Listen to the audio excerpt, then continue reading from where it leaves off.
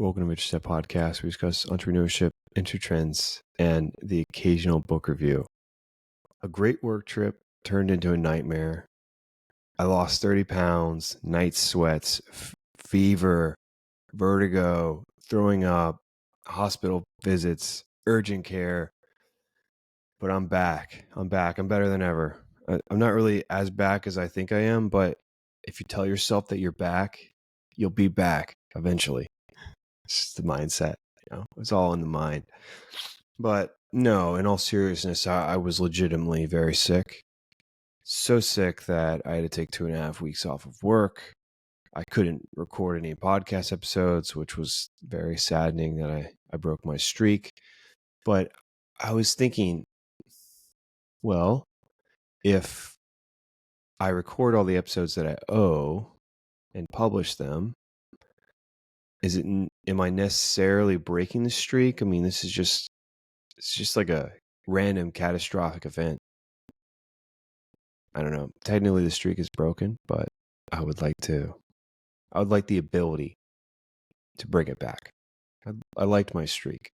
It was something I had great pride in, but regardless, I am back on the podcast scheduling of once a week. And would like to discuss a couple things. I think the two big takeaways I have from being sick is, one, if you're too sick to shower, you got to go to the hospital. And then the second takeaway I have is never leave your place in a mess because you don't know how you're going to come back. Those are the two that I'm going to bring into my life now going forward. So I travel quite a bit for work, and occasionally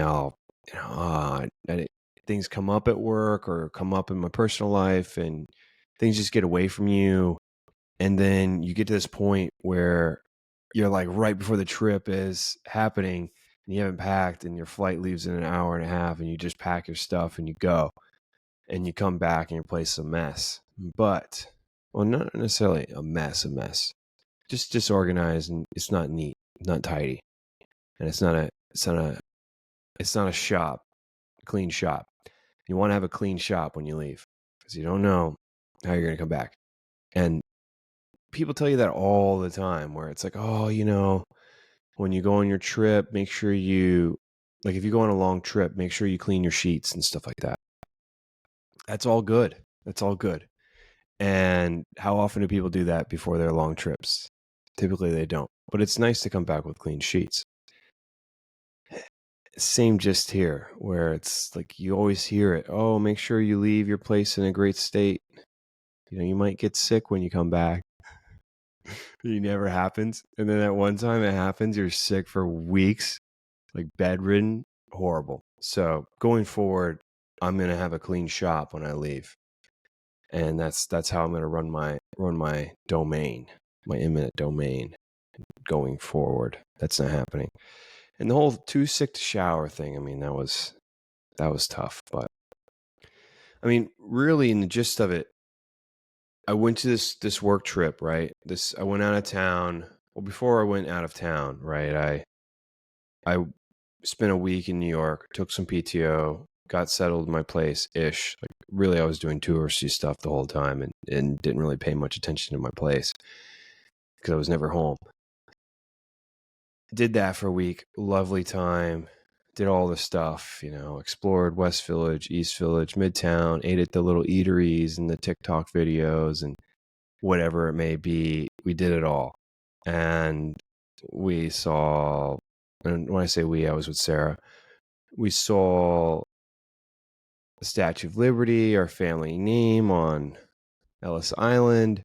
We did all sorts of touristy stuff. We went to Queens Night Market. We went to Flushing and got some Chinese.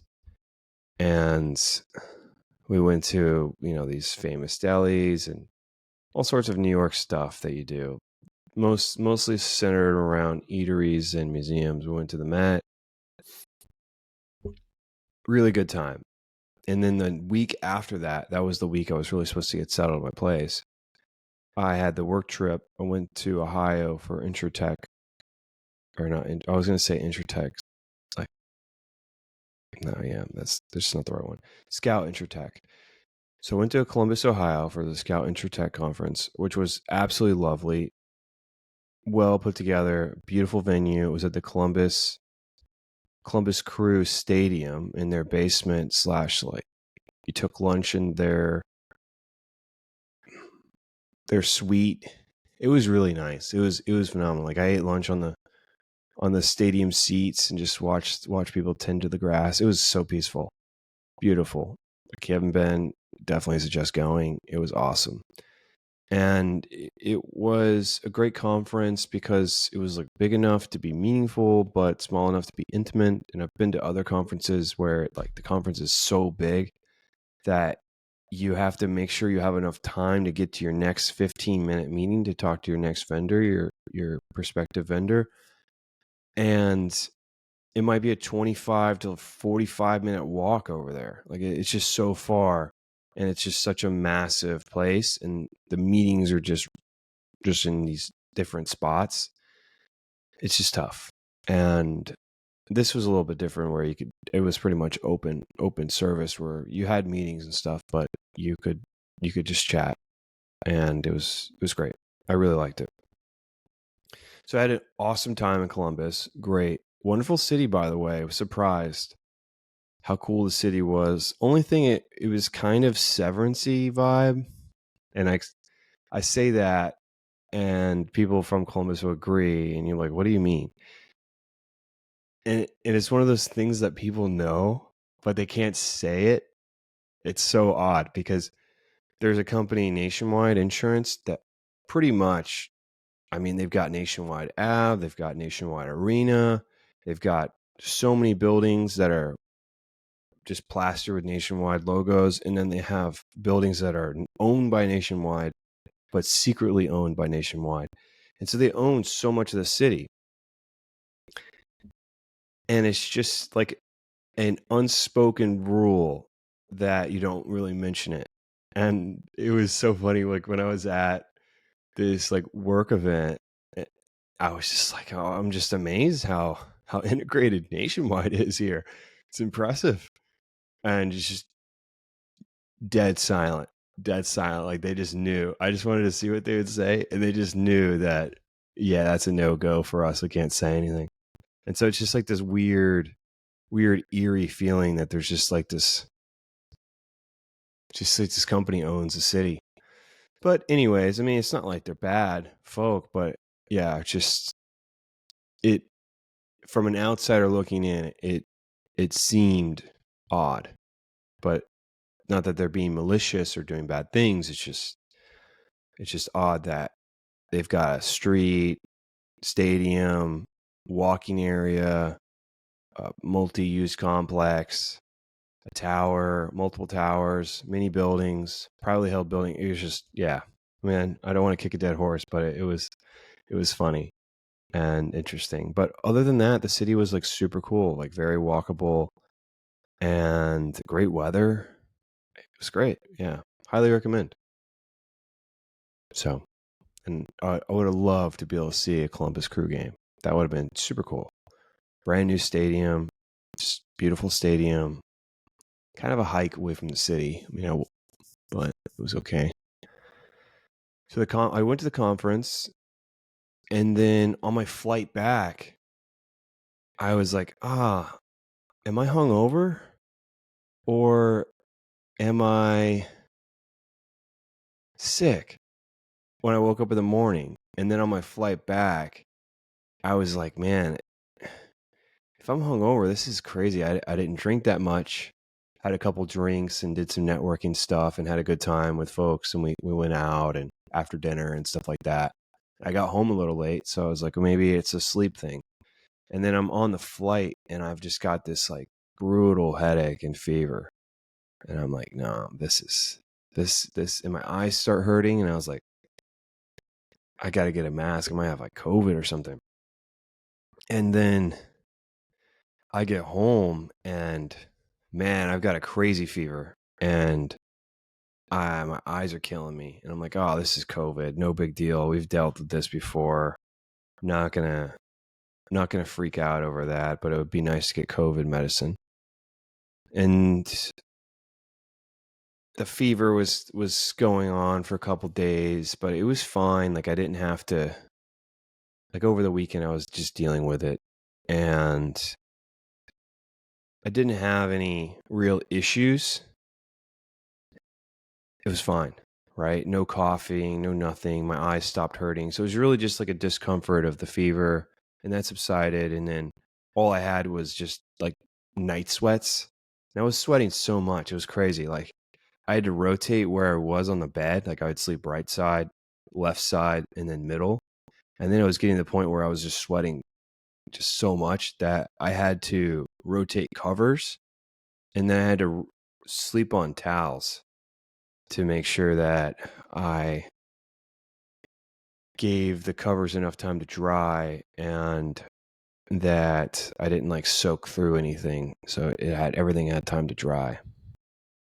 So I've never experienced that before. That was crazy. So I was like, okay, well that's inconvenient, but it's not like, oh man, like that sucks. Like I'm really sick. And then what happened was, out of nowhere, I started getting better, right? And I was fine. I was like, yeah, I'm on the mend. And then I got hit with vertigo. And that was my first experience of vertigo. And if you've never had that, please, I hope that you never do, because it's not fun. And the folks that deal with vertigo consistently, I don't know how you do it. It was very difficult. Probably up there on one of the most difficult things I've had to deal with, especially dealing with vertigo alone. It was exceptionally challenging. And the way that I would describe it is, if you're not familiar, it's just like it messes with your equilibrium. And basically what happened to me was a virus attacked my stomach and then also somehow attacked my like inner ear drum thing. And then that messed with my nerve receptors for my equilibrium. So basically one ear was saying one thing and the other ear was saying something else. And so they were just out of whack, right? And your brain eventually figures out that your ear is wrong, like one of the ears are misfiring, and it like recalibrates, but then it recalibrates and it's still listening to the other ear, but the other ear is not necessarily right anymore, because the one that was working is still working, but the one that's off is off. So what winds up happening is you either get bad signals from your bad ear, or you get good signals from your good ear, but your brain doesn't really know how to interpret it. So it just feels like you're spinning around like all the time. Like I always felt like I was upside down or sideways or falling, rolling down a hill, stopping, rolling down the hill, and then rolling up a hill. And it just feels like you're just never in one spot. You don't know where you are. It is really difficult to walk around, get out of bed. Even when you're laying down, it's still brutal. Like the only way you could do it is like sleep like sitting up-ish. And that helps a little bit, but it still sucks. And what all that does is it basically, you feel like you're just on like crazy drugs or something like that. Like, I don't know. I mean, I'm not saying I take drugs, but that's the only way to describe it. Like you're just like, you don't know what's going on. You're super confused. Your head is spinning nonstop. Your stomach, you just feel weak. It's just like, I don't know. Like maybe you go on like some crazy college bender thing and you just feel horrible for weeks. Like just like the most brutal hangover you've ever had, and just like times it by like 6 or 7, and then do that for weeks. And then you're spinning around nonstop. That's kind of how it felt. And that leads to you not being able to put any food down, or like basic human functions are really hard. Like getting up and getting water, or taking out the trash, or taking a shower, getting up to go to the bathroom. Like all these things are just like, every little thing that you take for granted is an absolute challenge, like a brutal challenge. Like, do I take out the trash and throw up, or do I leave the trash? Or, do I make myself really sick taking a shower and having to lay down for 2 hours to recover? Or do I not take a shower?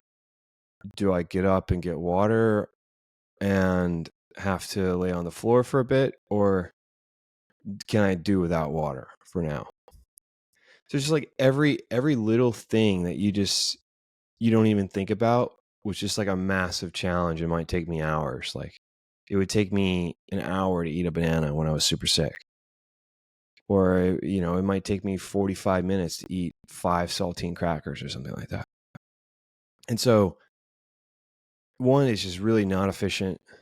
Two, I couldn't eat anything. And I was having, at a certain point, I couldn't eat anything for a while. And I was losing a lot of weight. And I was not feeling too good, obviously. It's like a multi-week fast. That's not what I signed up for. And then at a certain point, I was having trouble keeping down water. And then that's when I went to the hospital and I got an IV and they did a whole bunch of scans on me. And luckily, everything from my health perspective was perfectly fine, besides me being severely dehydrated and not having enough nutrition. But I could still go a couple more weeks, unfortunately, without food. It wouldn't be the best, but as long as I could keep down water, it was fine. And there wasn't anything like very serious wrong with me, just that I had just a bad run-in with a virus, which is, I'm very thankful for that.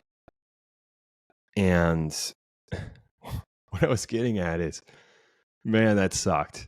Like, that's all I'm trying to say, is that it was really not fun.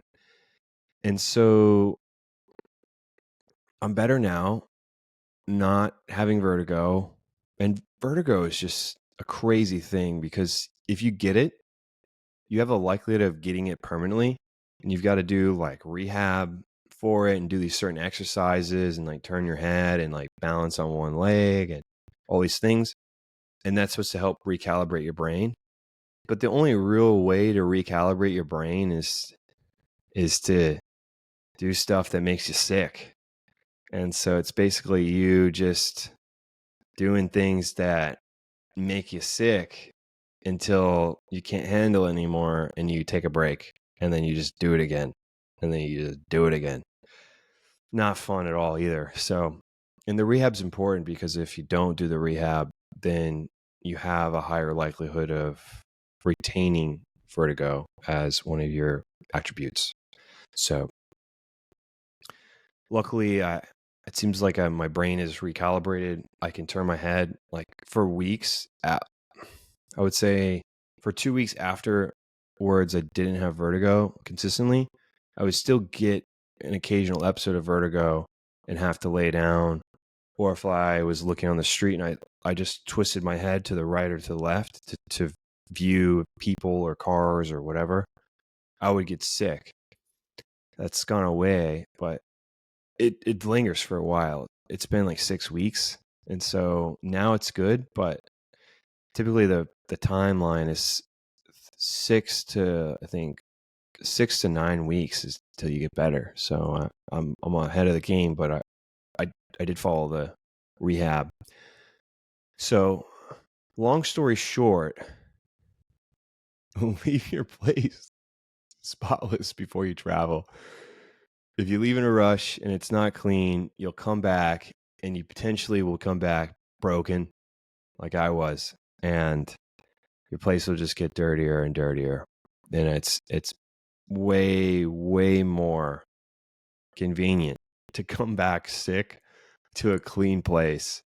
And going forward, that's something that I'll be doing. And then the last thing that's pretty important is, and it's crucial to understand, is if you can't shower, if you're not confident that you can shower, you got to go to the hospital. Like if you're like, man, I don't know if I can shower, I can make it to the shower, and if I make it to the shower, I might pass out or I might fall down. Yeah, you've got to get help. And so I think for a couple of days, I was like, you know what, I'm not confident I could shower. But then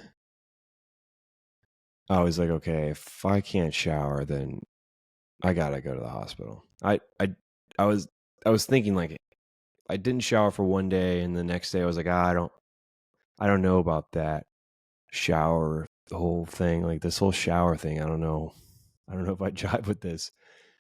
And I was like, all right, man, like, listen up. This is kind of serious.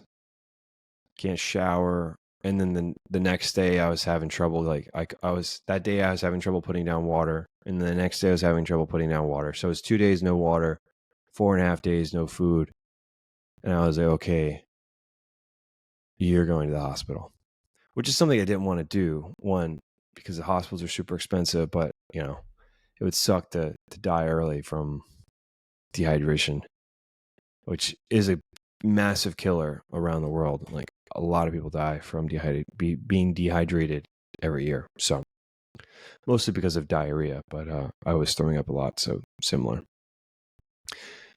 So yeah, I'm getting back. I'm getting back to old me. I lost the 30 pounds, as I mentioned. I'm up 10 pounds, and so the strength is returning, where I'm not so weak, and like I was just feeling queasy, and my muscles just didn't feel good. Like I just don't know, things just felt really heavy. Like my phone one day was like my phone felt heavy. I was like, oh my goodness. So I'm eating meals again. I'm eating big meals, big boy meals. I'm feeding myself handsome portions, and I'm waking up just starving all the time. But I just gotta be careful I don't eat too much, because my digestive system is still working on figuring itself out. So it's still finding itself after all these changes. But recently yesterday I had that buy one, get one free from Uber Eats, some Chinese. And then the day before that, I had Chinese again. Chinese is good because like they typically don't use milk in their stuff. And I've found that milk is but one of the foods that has made me sick a couple times when I've been trying to try new foods and integrate more nutrition into my daily intake and consumption. So dairy has been a problem, and I've since cut out dairy for a bit. And so I had Chinese, and I had Chinese today for lunch, and then I had dinner tonight and I had a burger with cheese on it. So that's dairy. So I'm making some headway there, and fries. So I'm getting the calories, and I'm feeling a lot better. So I am I'm just getting better. And the resilience that I have found with dealing with this nonsense that I've dealt with while I was sick, and just the battle of vertigo, mentally, I am so much stronger. I feel like my mental strength is stronger than maybe like majority of people, but this occurrence was tested me, and that's one weird. I'm a weirdo. I really enjoyed it. It sucks so much, but I was like, yes, like this is my mission. I'm going to get better from this. Yeah, maybe I'm just a little twisted and brutal, but I loved it. It was great. I wouldn't do it again, and I wouldn't recommend it, but it was really fun afterwards. Like I'm like, yes, like now I'm going to be a little bit more fortified in certain areas. So what's next? I mean, I've been out for a couple weeks, right? So let me get a little bit more settled. I owe you 3 episodes, so I'll deliver those. I'll package those up. I'll get them done. Let me get a couple episodes ahead, and once I get a couple episodes ahead, I'll just start releasing 2 episodes a week for a bit until I catch up, and then we'll go back to the original once a week cadence. But I want to get at least 2 episodes ahead, or at least one. Let's call it at least 1 episode. I mean, so it's 2 episodes in the bank. 1 episode is going to go out the following week, and then I'll have 1 episode left. So I just need 2 episodes in the bank. And then I'll start releasing the extra episodes per week. There's a lot of stuff to talk about. My mom had brought up an interesting topic about how AI data centers are using up a lot of water and electricity, and just doing some research on that. There's the Grok AI companion that I thought was pretty interesting. And I still have the subscription to Grok so I could chat with the AI companion. It's really odd thing. There was some news from OpenAI. I'm looking forward to their open weights model. They pushed it out, but I think that's going to get launched. Meta has just been on like a recruiting spree. So there's that. I want to talk about some of the people they hired. And then one thing that I think is huge is Windsurf founder team and big engineers, like the big engineers that they thought were the most talented, left the company and were hired by Google. So it's complete mercenary drive from the founders team, which is very disappointing from a startup, and especially the people that believed in you and the company and you convinced to come over. They've got families, loved ones, partners, and you just left them high and dry. That does not jive with me. It does not jive with startup community, and I think it's very bad. Very bad. So I'd like to talk about that as well. So yeah, and I guess if you've been super sick and it really sucked, call it out in the comments. Let me know. Let me know how sick you were and how you dealt with it and how it made you a little bit stronger. And I just want to encourage everybody to prioritize their health. That's one of the most important things. Just a simple virus potentially almost took me out. Just a baby virus, nothing crazy. And you just never know. You never know when you're going to have your last day or your last week or your last conversation with your mom or your dad or your grandma or your granddad or any family or your girlfriend or your wife, your kids. Like, make sure you cherish those moments. Like, you don't know when it legitimately is your last time talking to those folks. And it could be your last time or their last time. So just make sure that when you're ending conversations, you try to end them in the best light.